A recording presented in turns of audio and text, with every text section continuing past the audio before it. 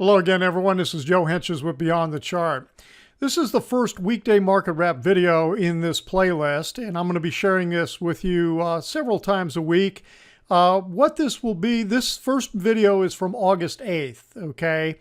And because my insider members are a part of a membership and they're paying me on a monthly basis, I'm not going to be releasing anything that's newer than 3 weeks, but I thought I'd share some of the information that I do share with them on a regular basis, and it will provide some insight and give you an idea of what is shared and the thinking behind the analysis that we do in there. So without further ado, here's the first weekday market wrap video. Hello again, insiders. Welcome back. This is the weekday market wrap for Tuesday, August 8th, 8/8. And today we saw the market pull back a little bit. And a lot of that happened in the last hour where it really started to dip and took a hit. And that was because of President Trump's fire and fury tweet that he put out against North Korea, that if they keep threatening us, that they will feel or undergo fire and fury like it never happened before, kind of thing. So that kind of unsettled the markets a little bit, and as a result, we saw almost everything in the red today. Utility average was up a little bit. The Dow was down 33. It was a little bit more at one point. And you can see that it was quite a bit higher during the day early on. And then we ended up with a little doji candle in here, still above that Kellner channel though, still continuing to push. So no collapse, just a little pullback. The S&P 500 a little more dramatic in terms of the pullback that happened, down about 6 points. And that still is also staying right above the 10.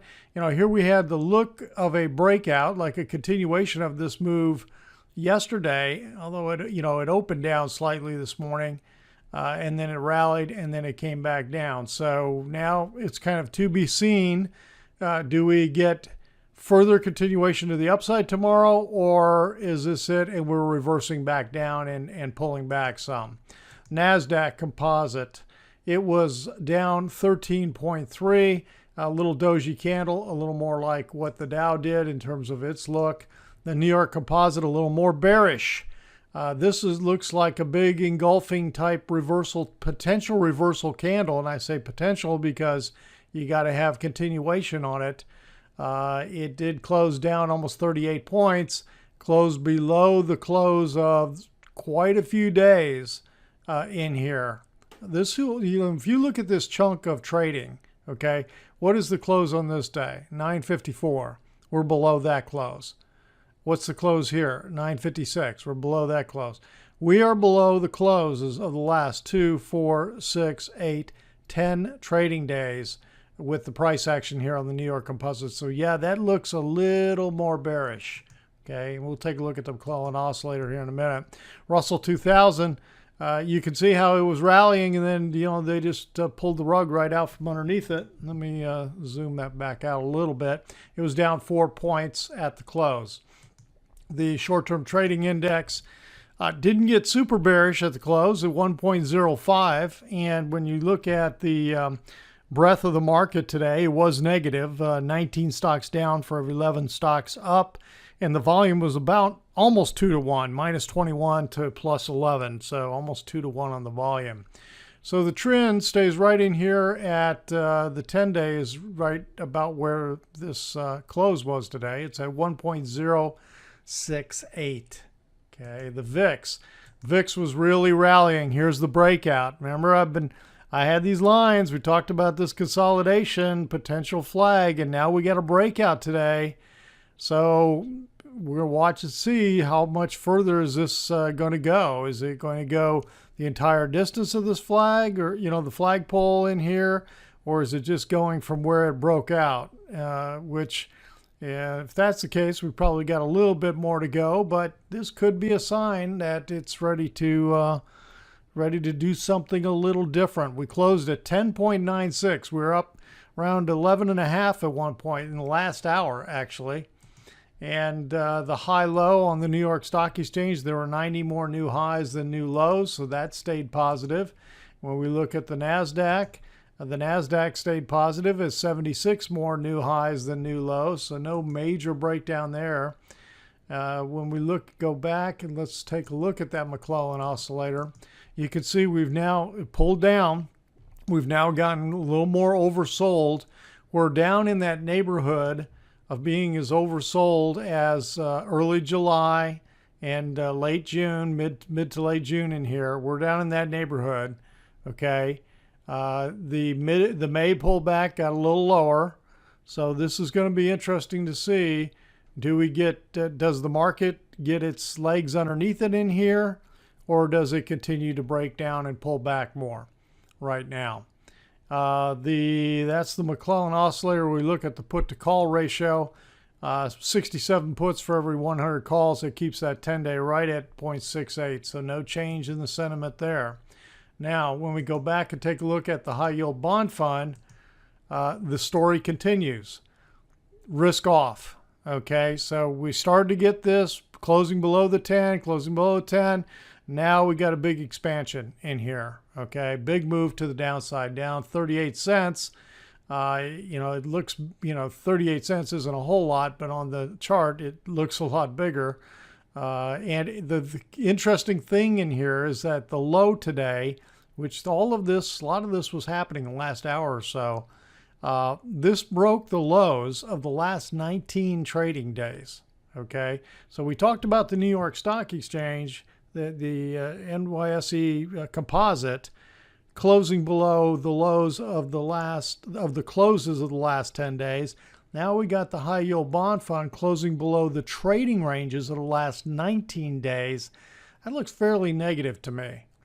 And of course, now we're coming right down to this trend line, which is the trend line from the March low. And we'll have to watch and see. That's going to be the next test, I believe.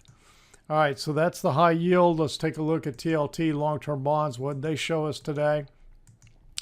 Not much. They pulled back and came back. So they pulled down, they sold off, and came back a little bit, but still ended up down 45 cents on the day. No real change in that picture.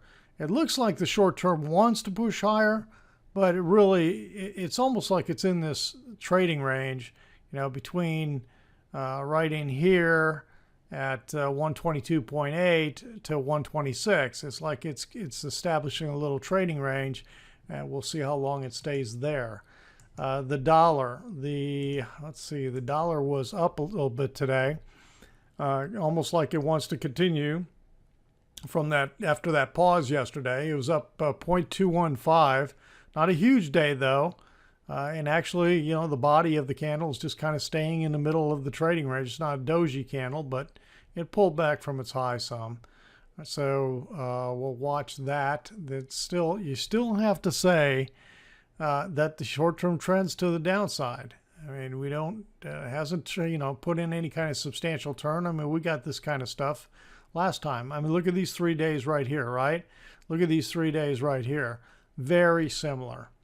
All right, that's the dollar. Let's take a look at oil. I think oil was down a little bit today. I didn't quite catch the close. I think it was around $49.17 on West Texas. And USO pulled down some. It looks like it's still wanting to stay in this little consolidation pattern in here. It was down 4 cents at $10.06. So when I look at this and I say, well, if this is a new impulse structure, if this is a new impulse wave, let me get rid of this, then this looks like a 1, 2, and then we're working a wave count of the third wave. Okay, so this looks like 1, 2, and then 1, 2, 3, sideways 4 of the third wave. That's what it looks like to me, but we're going to need to break out and continue. And I'm kind of leaning that way because of the break of this downward trend line here. All right, so that's oil, and let's take a look at gold. I'll tell you what, the oil stocks just can't seem to get turning around though. Gold, GLD closed up 35 cents today, 119.86. And after being way down, it came back and back above that 10-day moving average. So that's interesting. Could be getting ready to resume the push to the upside, and the 21-day is starting to rise nicely here. Continue that. It gets above that 55, then they're all going to be in sync for a push to the upside. Now, it's interesting. See how my moving averages broke there? It's because I had too much. For some reason, the data gets funky. I'm not sure why it does it. And when I adjust it a little bit, then it takes care of it. All right, so that's the picture of the markets. No new change. Actually, we did get exit on analog devices, ADI. We did exit. I think I haven't done the math on the loss yet. It was in the low 20% on the trade, and it was we exited because of the setup that I said. If it was higher than the high 2 days ago, we were going to exit, so we did. Now that's and we're still in U.S. Steel and Gilead. A couple of things I want to talk about after the market closed. Walt Disney reported, and traders were not happy with Walt Disney. It's actually trading in the aftermarket down around 102.5, 103. It's really testing this low. It'd be interesting to see if that's where it stays tomorrow morning when it opens, and testing that. If that's true, it's breaking this trend line, and it may change my wave count in here on Disney. Now, Disney either is in the process of a fifth primary wave and ending it. If this is a diagonal, then this would be a little wave E, and then this is breaking down, but that would be a pretty small wave E. It could possibly hold.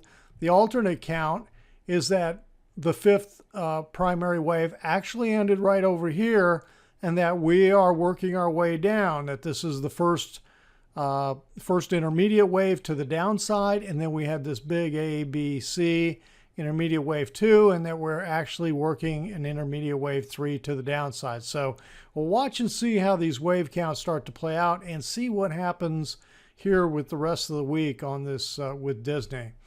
And Disney, one of the things they announced today is that they're going to pull all their movies from Netflix, okay? And they're going to actually open up their own streaming channel, although I think it's not supposed to start to 2019. I'm not really sure when they're pulling it from Netflix, but Netflix stock was getting hit as a result. Netflix was down almost $3 today, and in the aftermarket, it's trading down around 172.5, down in here. Okay, so it's below this low over here on this big move up. It's below that on the after hours. So we'll see again, does it hold in there for trading tomorrow morning? But that's the picture of that. So Disney was impacting Netflix. And then just a quick note, I am going to post a kind of a video analysis of Weibo, which ticker symbol WB. Weibo is a Chinese ADR. I think it's they call it the Twitter of China. And it's going to be out with earnings first thing early in the morning. And I've got an Elliott wave analysis of Weibo that I'm going to talk about. I'll have it on the website. So that's it for tonight. Everyone have a great Wednesday. We'll talk to you again tomorrow night.